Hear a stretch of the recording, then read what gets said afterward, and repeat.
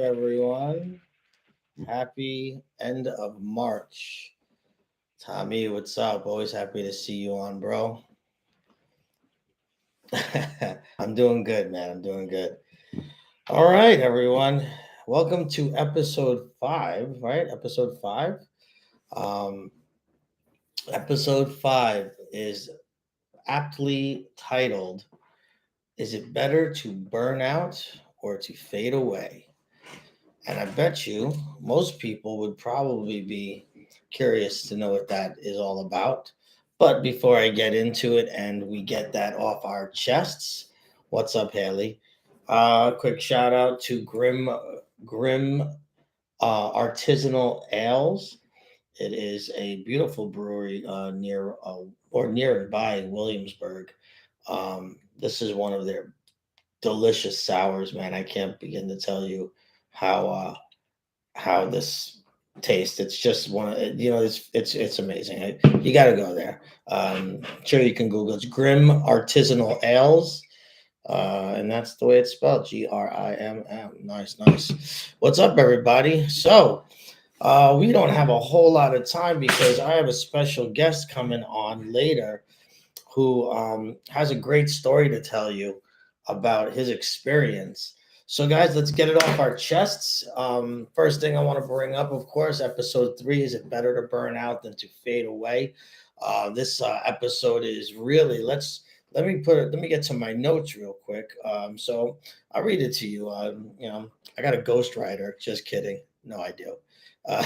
On this episode of No Running in the Halls, this conversation on teachers and school workers, and the challenges of burning out versus gracefully moving on. Um, my guest today is going to share with you his story, and I don't want to get into it and tell you anything because it really is a cool story. And I'm going to talk a little bit about him in a little bit. See, sir, good to see you. Always good to see you. So, there's a lot of jobs out there, careers, not jobs. Let me fix that. There's a lot of careers out there that really they're great careers, right? They're really great. There's a lot of benefits to them. Time off is really great. There's exponential time that you can go spend with your family. It's great. But some jobs, there's just a lot of pressure, and there's a lot of um, things that weigh on you in the mental capacity of things, and some of them actually could be strenuous on the physicality of your body. But you know there comes a point where you you got to do something about it. You got to speak up, or you got to change something. You got to give it some medicine, you know what I mean, so to speak. You got to feed that virus. That's, ooh, how exciting. You got to feed that virus filling you up and poisoning you. So anyway, um jobs can often be a place where jobs, sorry, careers might be a place where can stress you out so much, or put such a heavy strain on you that you almost want to just quit, and burning out at a job is not fun either. Like, I fully support the idea of being in a position where you're at your job or your career and you want to be there. You know what I mean? You don't want to not be there. You have to change things to make yourself happy. And I think most people are able to do that. Yo, Birdman, what's up? What's up? I just saw you on. My bad. I got to shift my eyes downward where my YouTube channel is. Thanks for joining, Birdman. So, is it better to burn out than to fade away or gracefully bow out? I think that some jobs can be very, very strenuous, and you be forced to bow out, right? Or to gracefully bow out and do something different. Or you can work that career slash job and burn out. For teachers, I don't know if people out there know this, but we work 30 years. And really, it's like 32, 33 years, because, if you want that full pension and all that stuff, you gotta put in a little bit of extra time. Now, I'm 45. I've only been in this is my completing my 9th year, so I don't know if I'm gonna make it, but whatever. I got these other things going on in my life, but whatever. So anyway, A couple of updates. Mass shooting in Tennessee, terrible. Um, I hope you guys follow because those of you who have small children and those of you who go and start families, they might go to public schools and they might go to places. I always say that school safety should be armed or have a firearm in a lockbox because these people they come into these situations these mass they come into as an invader to a building and they already know that school safety doesn't have a firearm, so it's pretty shitty. But I got to tell you, I fully support it. I don't care if you're scared of guns. All right, so they have a gun on their hip. That's to protect you, by the way. You'd be surprised how many people are like, oh, I don't know how I feel about a school safety agent having a gun on them. Fuck off, man. They get the same training as the NYPD in New York. That is, there's mass shootings all over the country, but fuck that, man. I would feel safer knowing that a safety agent who is trained to the same as a police officer to carry a firearm to stop these shootings from happening. Because the guy in Tennessee, the mayor in Tennessee, he ain't doing shit about it. He said, "Well, my daddy was in the he fought in World War II, and he said if someone's looking to die." To end your life, then there's nothing you could do about it. Well, I beg to fucking differ. Beg to differ. I beg to very wholeheartedly differ. But again, this is just my opinion. Anyway, but that's not what our episode is about. School safety is another episode down the line. I haven't really quite put it together. I got to do a little bit more research on it. But um, when they came to our school, to our after school program where I work, they talked about they had the school safety agents come in and tell us about the job, and I'm the low key guy that when they said, "Does anybody have any questions?" I was like, "Yes. Why don't you carry firearms?" And the answer was very confusing. There really wasn't an answer. And that bothered me because all you got to do is give them a gun. Give them a firearm. Put it in a lockbox. Put two in the building, one near the desk, one in another room, because I'm tired of seeing people die. I'm tired of hearing about it. I'm tired of hearing somebody going in because they had a rough childhood or they didn't have it good in life to go and shoot up innocent people is bullshit. And wait till that episode. I don't want to vent. I don't want to vent too much. So let me get an amen for today. The kid got observed and he was prepared. I want to give a shout out to A Colette. I know you're not on right now, but I want to thank you. I love you, buddy, for looking out for me. You are my fucking mecca, bro. I love you. And if anyone's on here that knows that man, I think they could agree with me. That guy, that's a real dude right there. You want somebody on your side? He's your man. Everybody should have a guy like him. With that said, I had my superintendent come into my building today, and I handed her my lesson plan, and I said, "Good morning, Mr. Mango." She responded to me with an absolute nothingness, which was pretty funny. I just okay, there you go. You could say hi back if you wanted to, but she didn't. I guess that's just her. I hear she's a really lovely lady. I never get a chance to have a conversation with her because I'm really nobody. But um, either way, the kid got observed. It went well, and I'm never scared. I got a lot of colleagues that freak out when administration or superintendents come in the building. I'm unaffected by it. So either way, I don't these things I don't care for. So let me check the time. We got 9:14. So let me get into it. So today's show is going to reflect on a gentleman who had a similar issue related to the title of this show. Is it better to burn out or to fade away? My guy is going to tell you all about it when he gets on. But this guy, when I met him, I gotta tell you, I was like, wow, look at this guy. He's just a big ginger guy.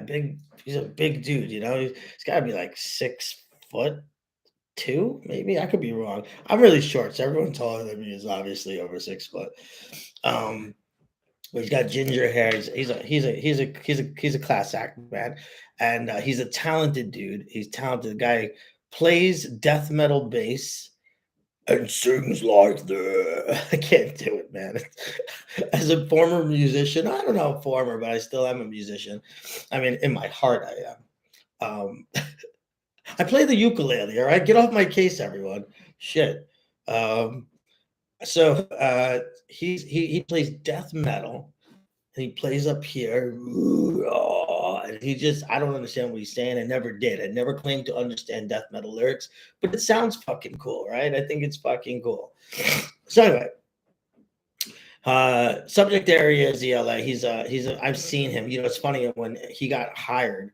It was the summertime. I'm pretty sure of it, and he came in a black suit, and he was teaching and getting his interview demo lesson into to get obtain a job. And I was like, who is this guy? This guy looks interesting. So, and he turned out to be very interesting. I do like talking to him. He's got a good wit. He's a charged guy, but very relaxed. He's a passionate guy. You could tell that. Any artist that you come across, anybody with artistic value is a passionate person. And if you're, there's passion in everything. You know, if you're a sports person, there's passion in sports. Wait, let me time out for a second. I got a cool little story before my guest comes on. I just got done eating my birthday dinner from Bourbon Street on Bell Boulevard in Queens, Bayside, that is. They gave me a card that was worth like $20. You know, have any entree up to the value of $20. And Bourbon Street, if you don't know it, it's a restaurant, but it's known for its bar and its rooftop. And the food is pretty good. It's. I mean, I wouldn't call it like, I wouldn't give it a 10 on a scale of 1 to 10. I'd probably give it like an 8. But it's a cool place. But the Met game, both the Yankees and the Mets had their opening day games, and this guy, he's your atypical like Whitestone Bayside. Looked white. Looked like a white dude. I don't think he was of any other ethnicity, and he's wearing like one of those flex fit Met hats. It's like gray in the back, and it's like not really the colors of the Mets. And he's got his Met jersey on. He's got his cold Bud, the Budweiser, the king of beers. And he's every time the Mets did something great, he like yelled he's like, yeah, yeah, run those bases, you fat fuck. And I was like, damn, bro, you sound ridiculous right now. And he's looking around for like approval. And then like a guy hit like a base hit, and he was like, "That's my guy. That's my guy." Like he turning around, and like everyone's like, "We're trying to eat dinner. Can you tone it down?" I mean, I wasn't. Oh, I kind of was, but like in joking fashion, me and my girl were kind of making fun of him a little bit. But like he's like one of those guys. He's got that raw like New York accent. He's like, "Get him out of here." He's like, "That's my guy." It's just it's pretty irritating, especially if you're trying to enjoy it. He's like that guy. He's got his beer like nestled in his nip right here in his nipple. He's like, yeah, yeah. My girl was like, "Yo, I'll give you like $5 if you say yeah back." And I was like, I was about to earn that $5, but she's like, "No, no, don't do it, don't do it." So I was like, "All right, don't tempt me with a good time. I will."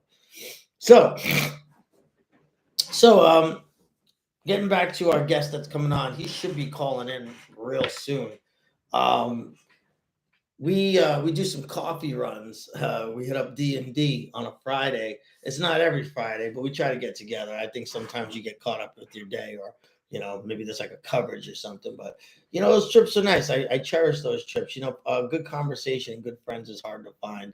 And I may not love everybody in my building, but I'll tell you what I do love. I love the people that like me and care for me. If you don't like me, you don't care for me. That's okay. Life goes on. But make good relationships, good long lasting friendships with people that you work with, especially if it's not just a job, but it's a career. And I certainly love that. Real quick, does anybody have any comments or questions they have about the show? Because we are drawing near to my guest popping on, and he definitely has a great story. Has anybody ever been in a job or a career where they like just hated going to it every day, or you had somebody at the job who was a higher position than you, just giving you shit all the time? I mean, I worked at a restaurant where I got shit all the time, and I was a little younger. I'm a pretty, I'm like a little chihuahua, what I mean? I'm always like, I'm always like rattling some cage or something, but it's just because I'm passionate and I care. I just want you to know that. I'm not trying to hurt nobody. I'm just, I didn't start this podcast to make fun of anybody or diss people. I just want things to be heard. That's all. That's my battle cry. But yeah, I worked at a restaurant for like 11 years, and man, I had this one guy. He just would walk around. He's this little British guy from Wales, right? And this guy would fucking walk around. He was the oddest little motherfucker ever. Just, and one of the, when you're at work and you're standing close to people at tables taking orders, you don't want to be stinking up the place. And sometimes I had some coffee or I ate something and I didn't want my breath to stink. So I would chew some gum, right? Because it's just the right thing to do. You don't need to be breathing up on people if you just had like something garlicky or coffee, or, sometimes you could eat like something sugary, and sugary actually creates bad breath. I don't know if you know that, sugary things. But yeah, any of those reasons why I would just put a piece of gum in my mouth, or just get that taste out of your mouth. And you know what? This guy would come over, like he would interrupt me at a table, and he would be like, Jay, would you spit out the gum, please? And I'm like, get the fuck away from me, you fucking weird creeper. I was like, you just pulled me over from a table as I was in mid conversation to tell me to spit out my gum. What am I, 5? And what are you, my dad? Get the fuck out of here, you fucking little weird Peter. Like, I called him Peter Pan. I was like, get out of here, Peter Pan. I was like, fuck you. He wanted to tell my other boss, and I was like, oh, are you below being managed? I go, Mike, this isn't a management thing. This is a fucking piece of gum. I think you can relate to this, man, because your breath stinks. Just I'm just kidding. But anyway, yeah, I've been in that situation where people are just really they go that extra mile to be exclusively annoying. And that's not where you want to be. And I worked there a long 11 years, made a ton of money there, and it was beautiful. It was on the water, and it really was just an amazing time. I actually met the girl that I'm with now. I met her there, and I knew her there. And after I was divorced, we started up a relationship. I think she was a cool girl. She was pretty. She got a great body, stuff like that. Like what more could a guy want? And she's younger than me, so I'll obviously die first. So I will die first. What's up, Bunts? Yo, we got Jay Bunts coming on. Jay Bunts, you missed a lot so far. What the fuck were you doing? Trying to get you to be on my podcast. It's already 9:23, so we're counting down. So, guys, please do when they were having issues at their job. Now, I'm going to let him tell. I'm trying to keep so much in because I actually found out some really good information that our guest today told me, because I was under the impression of something different, of the tail end of a different school that he worked in. But it's funny when I speak to guys in my building, specifically my UFT guys. I was always under the impression that if you got fired from, and I'm not saying that the person who was coming on got fired, but in the DOE, I didn't realize that if you were fired from a school, like, you're not fired from the DOE. I think that's kind of what I got from this conversation today. Like, if you were, like, for instance, there's many reasons you can be fired in the DOE. Terminated is a better word. I guess I should use a more professional word. Terminated at a job. Now, if you go do something stupid, like, hit someone or touch inappropriately, or do inappropriate things with a student, those are reasons to be fired completely, indefinitely. Don't come back, right? Because you'll probably be in jail. But I think if you were like fired for something like, you're out of license and you didn't fix it, like, that should be it. All right, guys, I'm gonna shut the fuck up. Please help me welcome Kayteevee. Oh, was he calling that whole time? Holy shit, here he comes again. Kayteevee, what's up, man? Kayteevee, are you there? Hello? Kayteevee, are you there? I am here. What's up? Kayteevee is here. I hope y'all can hear him. I'm gonna put him over here for you. So Kayteevee, I was telling my viewers who are on the amount that are here, I was telling them of your just a little bit of background information about you, about how talented you are as a musician, and you're the singer and bass player, which is a tough thing to do.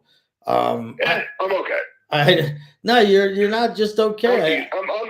I'm mid, like 7 out of 10.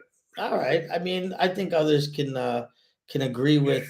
Definitely, you are not an average musician. You have a listen. I played music for a long time, and I sometimes I would get caught up in trying to write something on guitar, and that's a lot easier than bass. Bass, I think, is a little harder. So I give a lot of credit to the Geddy Lees and the bass playing singers out there, because that is a tough thing to do, because you're a rhythm section, and rhythm sections are typically if you're playing in the pocket, or you're playing something that's outside of like the actual rhythm of the vocals, that could be difficult, which I don't think a lot of singers and bass combination bass players do. I think they kind of cater to the lyrics to the bass, which is great, but it's not an easy job. So kudos to you for that, man. I always gave props to bass players. They are an essential part of music for sure.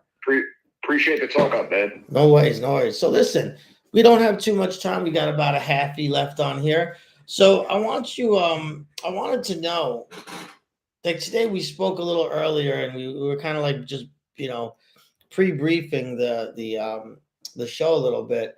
Yeah. You changed my mind about something that I had a previously thought, and I'm glad you corrected me, which is, I thought you were originally terminated, but you didn't. And I want you to tell your story, and I want you to tell our viewers, just, how did you feel about the place where you were versus the one you're at now, and what types of ways did you help, did you do for yourself, or any outside external things that helped you deal with this? Because you know what, some people would go absolutely bananas, knowing that they put so much time and effort and money into a career. Any doctor, any nurse, any teacher will tell you, man, we put in a lot of money. If we don't get loans and grants and help from the government, man, it's a lot of money that we got to put out. So with that said, I don't understand how some people in this world of career options can really put their employees in situations like you were in,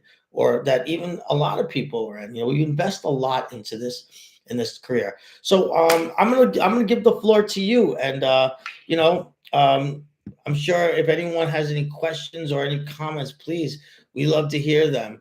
GM, thanks for joining. All right, so Kayteevee, the floor is yours. Tell us your story, man. Well, I can actually go even further back. Before I started actually working at the school I started my career in. And I can even talk a little bit about my student teaching experience, which is something that isn't really, doesn't pop up too often when people think about that. Yeah, student teaching. I gotta tell you, I learned so much more student teaching than I did in college. I gotta be honest with you. Oh, I couldn't agree more. But I'll say this: it was no cakewalk. And I unfortunately had a rough situation where my mentor, for lack of a better term, the teacher I was working with, was out on medical leave for most of the time. So I was really fending for myself. That's tough, man. Which is already like a tough way to start a career, Yeah, I can't imagine. I can't imagine. My mentor for my start of the career at where I'm at. She's a great person. I love her to death. But she did help me. But I mean, I definitely could have used a little bit more of that teaching experience before. I mean, you're given it, like, I think one of them is like 100 hours, or I remember doing 50 and if 50 at one time and 100 at another. But yeah, continue, man. I'm sorry. No, it's okay. You actually said something quite illuminating there. The fact that you had a good relationship with your mentor, and you still feel like you needed more help and more, so imagine the shit I was dealing with. Yeah. But anyway, you that's just sort of the preamble. That's not even really that's like the appetizer, so to speak. Yeah. You want the main deal, which is listen, man. Listen, for what it's worth, Kayteevee, we've got what is it? We got a half hour, man, so you can fit as much as you want in there. The world is your oyster, man. Yeah, I'll tell my story, man. Go for it, man. All right. Well, so I started I started my actual DOE career, so I subbed for about a year. Subbing it is easy either, and I don't envy the subs even now because they're thrown every which way. You see it, you see it just as much as I do. But I was subbing for a year, and I wound up getting appointed at my first school in the middle of the year. So I started in January, which is already like a rough start because you don't have a good you have to really try to establish a rapport with the kids, and you don't have a lot of time to do that. You know what, Kayteevee, if you don't mind me chiming in, it's funny that you just said that because I was going to wait till you were done with your story, but GM chimed in and he was on my last show and he said something really cool. I don't know if you're reading it while you're on, but he said, although the classroom was, the student teaching was valuable, but it did give him a false sense of my classroom management ability, his classroom management ability. He thought he had the kids under control, but in reality, it was his cooperating teacher's presence that kept him in line.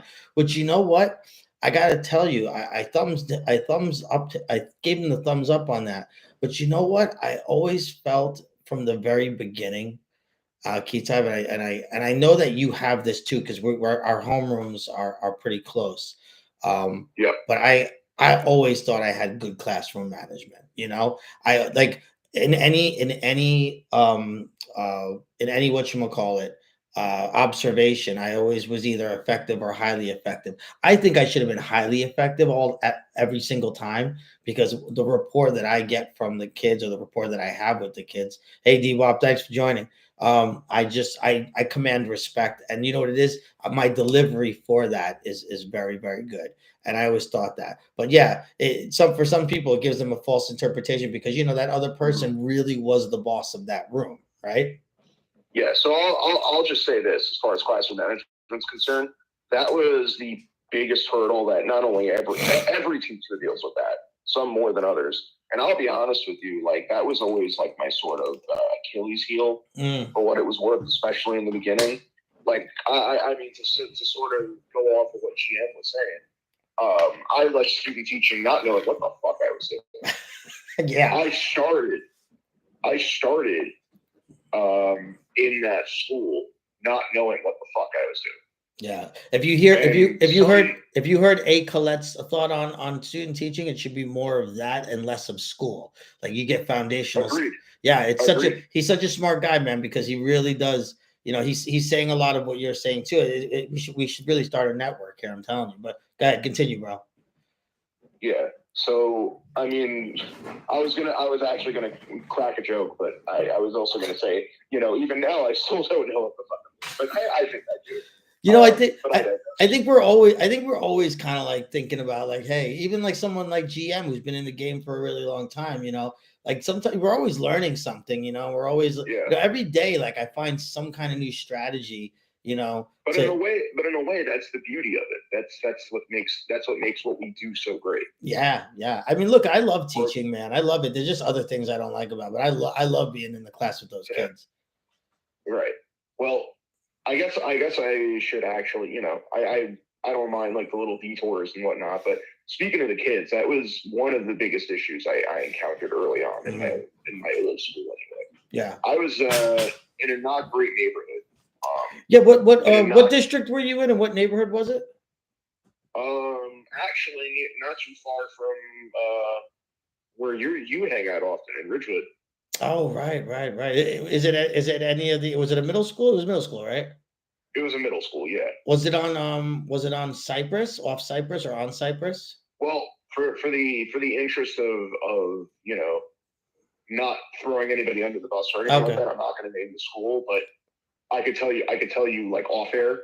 Okay, fair enough. But you'll when I tell you what it is, you'll be like, oh, okay, I know what it is. Okay, yeah, I'm sure. You know what, man? That's fair, of course, yeah.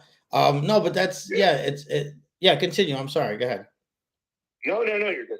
I just kind of want to preface everything by saying also while we're on the subject, I'm not on here to tell my story to throw anybody under the bus or say, hey, they fucked up or they did this. I'm just simply here to tell my experience and let people, make of it what they will.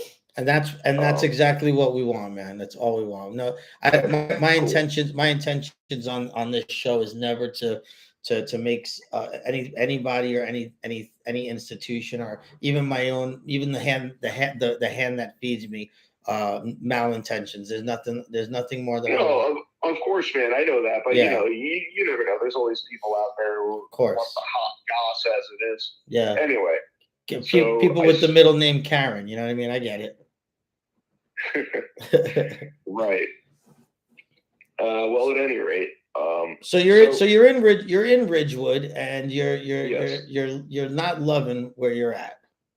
No, I'm actually like on the border of Ridgewood and Bushwick. Okay. I would say that's where I was, and this was about I want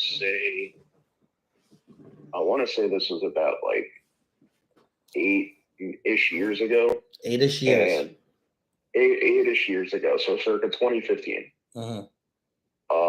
Wait, so I know you for 7 years now? Yeah, about that. 6-7 years. Shit, time goes by so quickly. All right, I'm sorry about that. You got that right, man. All right, so I'm there. So I'm definitely things start off okay. It's like, all right, I feel like, all right, I'm dealing with the kids and slowly understanding what to do. And then, then September rolls around. I start mid-year. I get through that. I had some rough kids, and I thought, okay, maybe it was just the kids I was teaching, whatever. One of them told me to go fuck myself. Another one threw a book at me. Jesus Christ. Yeah, this was just in the first few months. And I just was like, okay, this is just almost like a hazing ritual in a way. And my observations were acceptable, not great. But then things got really rough, I think, around the second year, the first full year in that school. Yeah. And that's when I felt, I don't want to blame admin exclusively, because I feel like there were a number of factors at play. Well, they definitely were. They were definitely an ingredient in the recipe for sure. Oh, no doubt. At the time, I'll be honest with you, I was like, fucking admin, fucking these people, whatever. I was in fear. It was always them, and not me. But in retrospect, I think, what, it probably was also me, in addition to everything else. Like everybody had a hand in this situation. Yeah. At any rate, so my observations were not coming back that great, and I reached a point with a combination of the kids. The kids didn't get any better. The kids were just like not great. Now, Kayteevee, if you don't mind me inserting this question, you were getting bad or low scores on your observations, but did you think that you were a good teacher? Did you think those evaluations were legit, or like, could you honestly say, wait, hey, I disagree with this one? I mean, because there's a lot of times like you'll look at your observation and be like, wait a second, like well, at the time I was still a very new teacher, and I didn't feel like I was in a position to really question anything. Okay. Well, but I'm not saying question them. I'm saying, did you think that to yourself when you got an observation back that was not par to what you thought went down in that classroom? Was that something that, can we say that? Well, here's the thing, and I'll just tell you this too. The way they did observations is very different than what you and I are used to now. Oh. They were, usually we get a sort of heads up. Some sort of just like, hey, we're going to come in this week, or we might be stopping by. Nope, no such thing happened. Oh, so they just did blind pop-ins. Oh yeah, in fact, and I'll get to this in a little bit. I'll get to this in a little bit. The final nail in the coffin for me was when they called in the superintendent just to come see me. Oh man, that must have been nervous. Yeah, that was talk about trying to force somebody out, right? Unannounced, by the way. Oh, gross. Were you prepared? I had no idea. I didn't even know who she was until she told me her name. Yeah, but were you prepared that day that she came in? Like, were you lesson planned out? I would like to think so. I mean, I would like to think, hey, I try to prepare as best as I can, but unfortunately, classroom management in my case got in the way. I really didn't know how to jive with the kids. I didn't know how to handle the kids, and part of it is too. And I think I've learned this now, being a bit more seasoned, is that I was afraid to be myself. I was afraid to be authentic. That's horrible. That's horrible. We just got a comment on that. We in some place they call them drive-bys. Oh please! I mean, if you want to use that parlance, then my old school was fucking Compton. I think and I don't have a leg to stand on. I'm not admin, but I would certainly love a heads up. I think that every teacher deserves a heads up. We're all on the same team, man. Nobody needs to be popped in on and startled and have their day ruined because that day you were having a bad. It's better to prepare. Like, that's what we do. We prepare things. We cannot possibly come into a classroom and wing it. You know what I mean? That's just not logical. And for them to come in and think it almost looks like you're like trying to set us up for failure if you don't give a notice. So that's all I'm saying. Like, even if it's just a week in advance, like, hey man, we're gonna pop in. I don't know. I'm gonna check the schedule. It might be closer to Wednesday. It might be closer to Friday. Not for nothing. I just think that's the professional, courteous thing to do. Like, hey, I just want to come see how. I want to see I want to see what your classroom looks like. How do you teach? That's all I want to know. Yeah. No, but there was this was basically this was the big situation. I reached a point where she would come in, observe me a bunch. My observations were shit. And she even said to me, and the admin, who, by the way, my AP in particular, like, I don't want to, again, I said I don't want to throw anybody under the bus, but she was a relatively unpleasant person. And terrible. So that's me being nice. But anyway. It's amazing how some people go into a position of power, authority, and they have no business doing it. They have no business. Like, some of the admin that I've met in my entire life, as far as teaching and subbing and school observations. I gotta tell you, some people have no business being in charge of a whole entire grade or school. We got a comment that says, but it's admin. But if admin comes in regularly, if they are in touch with the day-to-day operations and instruction, teachers wouldn't feel anxious, and there wouldn't be an out to get you climbing. Okay, I read that wrong, but I agree. I mean, look, if you want to pop in, non-evaluatory, hey, I just want to pop in. Like, if you're not always teaching, if you're not always educating, if you're sitting there playing a movie every day and you're a hired teacher, go home. This is not for you. But, like, right, of course.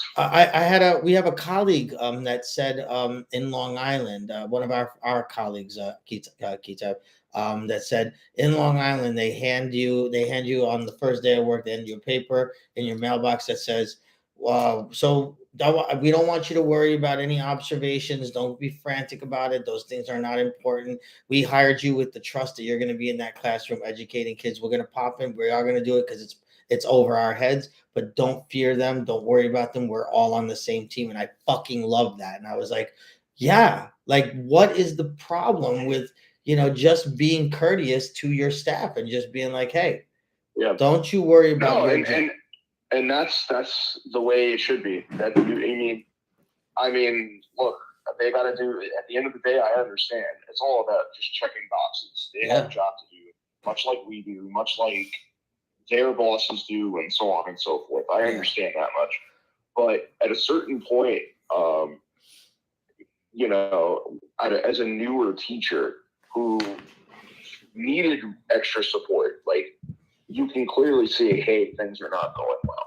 Mm-hmm. And it's interesting, and I know you might be thinking of a particular person because you and I have encountered a situation not too long ago. Mm-hmm. But I'm not going to talk about that because that's another situation. For sure. But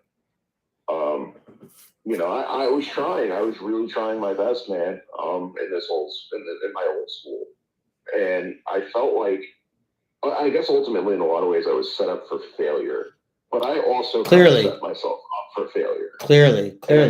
And I say, but here's the thing. I also, now thinking back on it, like having kind of perspective, because of course hindsight is 2020. Having a little bit more perspective about the situation and understanding that, you know, I could have really, I don't know what I could have done different, but I could have tried not to be such a people pleaser in that respect, because it creates a resentment in a way where you think, oh, I have to be this, I have to be that, this is what they want, this is what they want, and then you try that and it doesn't work, and then it still blows up in your face anyway, and it just creates more resentment and more of an issue. And I think that's even a big issue now in the DOE, not just in any school in particular, but Yeah, just overall. You're speaking truth, buddy. I 100% agree with you. Yeah, but this was more so the case at the beginning of my career, and I feel like a lot of people at the start, there's always that old adage of, yeah, your first few years are rough, they're always hell, and they ain't kidding, man. I know we don't have that much time left, but I'll just chime in and say, personality wise, and how you really present yourself. Kayteevee, you know how I roll, man. I'm not I dance to the beat of my own drum, I guess, so to speak. But like, in the beginning, as rattling as it was and as nerve-wracking as it was, like I just I have to say there's a level of, like, I don't know, enlightenment, to when I was hired, man. I gotta tell you, it was one of the most exciting days of my life. I remember exactly where I was and what I was doing, and I couldn't wait. I couldn't wait to get I felt like my life was starting. You know what I mean? It was such an interesting thing, and then you get these bad tastes shoved down your throat. You know what I mean? Yeah. Well, what I do want to do though before things wrap up, I know we still got a little bit of time. Yeah, we got about 12 minutes. Okay, but I definitely at least want to address the part of my story, because I'm not here to keep bad on my old school and say, they suck, this is that, I fucked up, whatever. But let me stick to the part where I was leaving, right. Or I was made to leave. So, the final, as I said before, the final nail in the coffin was when my principal not only stopped it unannounced. I was already like on open market at this point. I was already looking for another place to go. I wanted out of there, like you wouldn't believe. But then my principal comes in again, unannounced, drive by, like we're in Hollis. The Wild West. Yeah. Actually, East New York would be more appropriate since that's closer to me. But I digress. Crenshaw Boulevard, but I digress. Yeah. But anyway, so more drive-bys happen. The principal comes in. He basically is like, yeah, things are not looking good for you. And your observation reports have been bad, and that's because I have an admin who basically says, who basically told me, yeah, nothing you're doing is effective as a teacher, and that's how I knew, like, that's where I was like really questioning everything. Wow. Yeah, it was like the exact words out of their mouth. It was pretty fun. But at any rate, then as I mentioned earlier, the principal brings in the superintendent. It wasn't like the kind of thing where it was, oh, the superintendent happened to be by, just like today, actually, for PPO or anything like that. No, superintendent came to see me to verify that I was not fit to be a teacher. Oh. Yeah. I almost threw up in my mouth just now. Yeah. It's terrible. And it's just like, and it was a rough time too, man, because I had just moved in with my then girlfriend, now wife. I was getting my life in order, It's the beginning of my career. Yeah. Trying to get myself in order. I was planning a wedding. I think I was engaged at that point. I was planning a wedding and whatnot too. It was a rough situation. I can't imagine that be easy for you, man. It sucked. Yeah. But and so I go to my union rep at the school, and the union rep basically says, "Look, they're going to discontinue you. So my advice to you is to resign. I'm sure you can work out some sort of deal, so you can move on to another school. Smart. Because quite honestly, this place is just not a good fit for you." Yeah. Believe it or not, where I almost, like, by the time you met me, where I started, where we are now, I was at a crossroads. I was very close to quitting. Even when you came to our building? Oh no, like I meant like I was interviewing. So let me back up. How many back up a little bit. How many interviews did you go on before you reached our building? I want to say about 10. Wow. In the span of 2 months. What? Wow. Well, and you Yeah. and let me ask you this, Keith. I think it's important that we answer this, or we clarify. In the 10, was there any of those any one of those interviews give you a sense of promise from the very beginning of the interview or the end of the big interview? Oh, yes, absolutely. So some of the interviews went well, and did any of those 10 actually like consider you for a position? So here's what happened with a couple of those. I did a demo lesson. For a couple of them, I met with everybody. Things seemed pretty well, but then they go and check with my soon-to-be old school. And then as soon as they do that, I'll get an email saying, "Oh, we can't hire you. We can't consider you for the position." Wait a second. What? So they contacted you for a reference, and I always thought that reference wasn't able or wasn't allowed to comment on you. They said, "Oh, they're supposed to say, oh, well, he resigned or we parted ways." I don't really know what transpired between those conversations. All right. What transpired there? So I was at the end of my rope by the time I got to where we are now. To where I am now. Man, you know what? I got to say something a little out of touch, out of line, but I think you'll appreciate it, and some of the people who know us that are with us today, it kind of puts like a little bit of a new light on our superior that she gave you the chance, Mm-hmm. Yeah, and I was and honestly, the reason why that happened is I was honest, I was straightforward. I gelled well with the kids. I gelled well with the staff. Yeah. Like upon meeting some of the people that we work with, who sat in on my interview and my demo lesson, it's like I connected with those people right away. Nice. Yo, I connected with those people. Yo, TV, man, this so far is I didn't know a lot of these like finer points of the inner workings of your departure and new beginning at our building.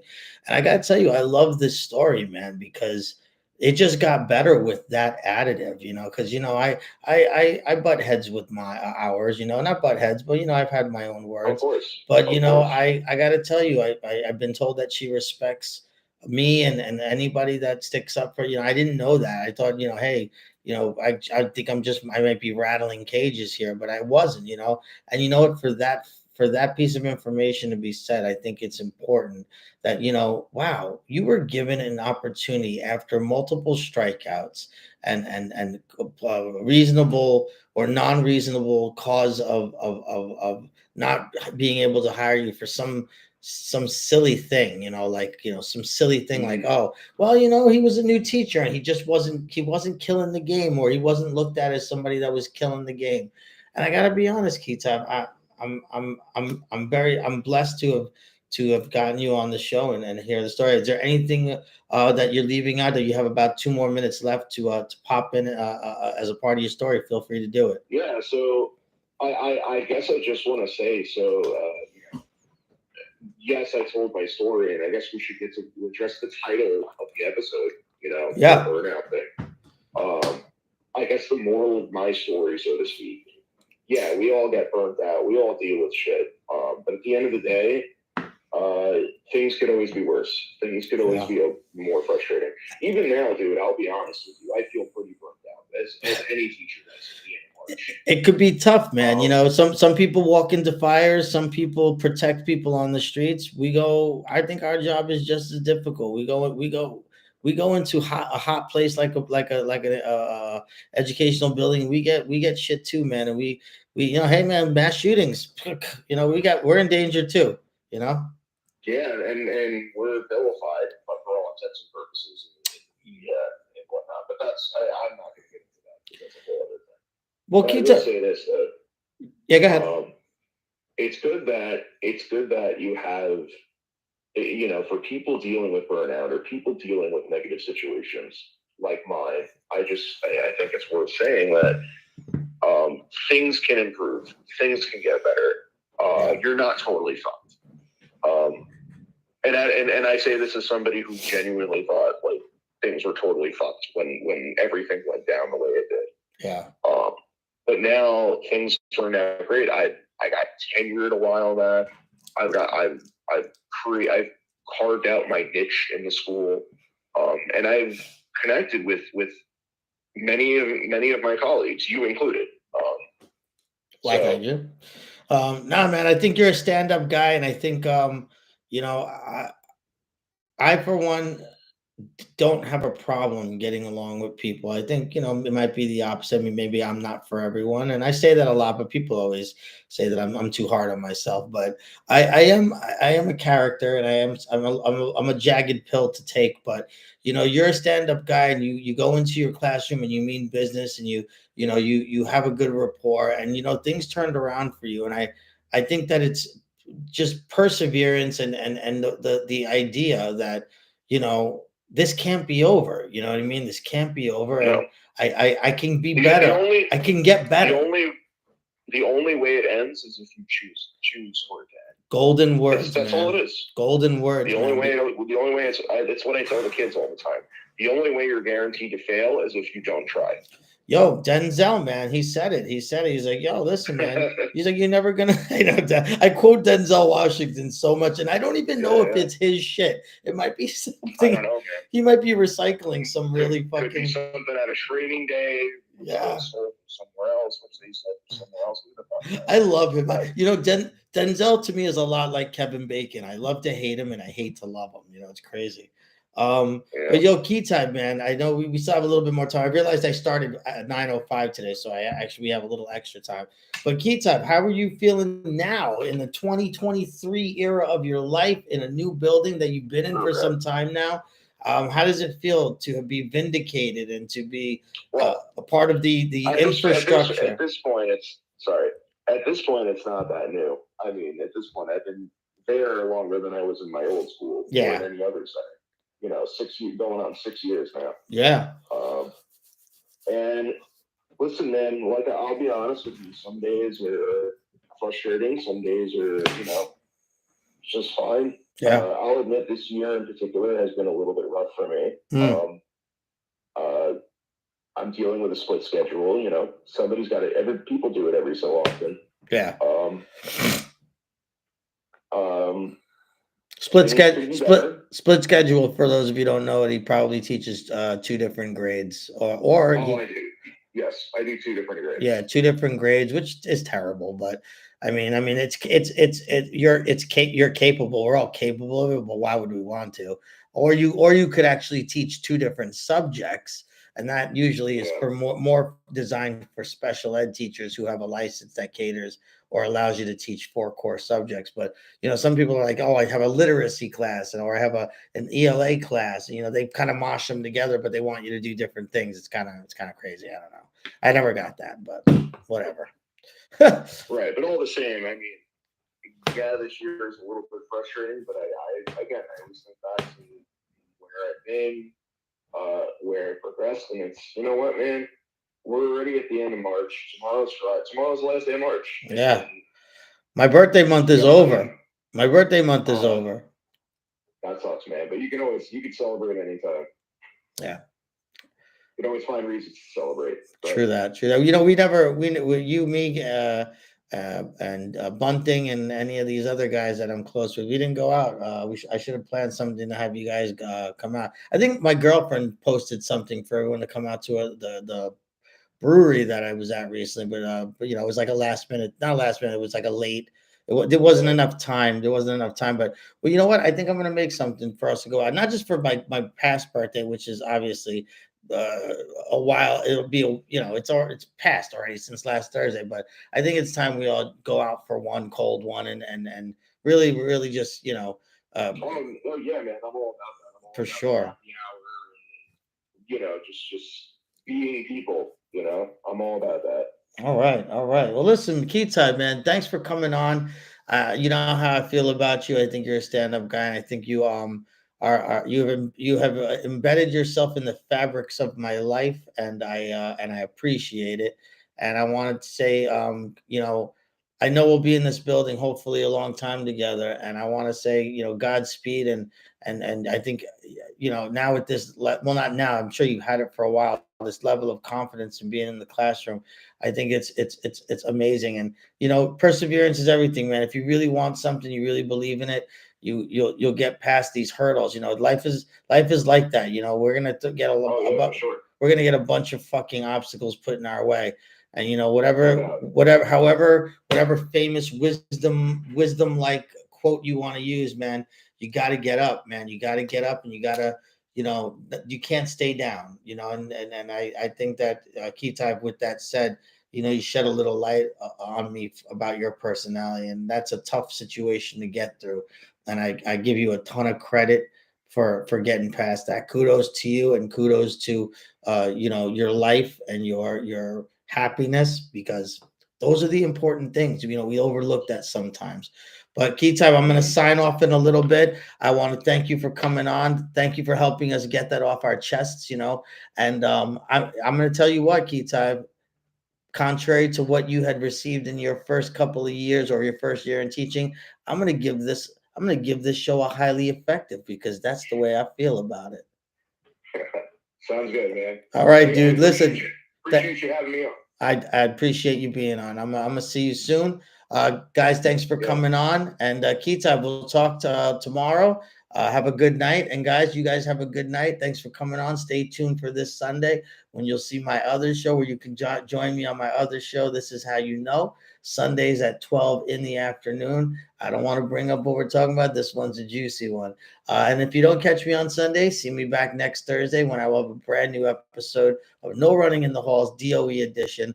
Hopefully, I can round up this special guest that I've been trying to get. We'll see what I could do.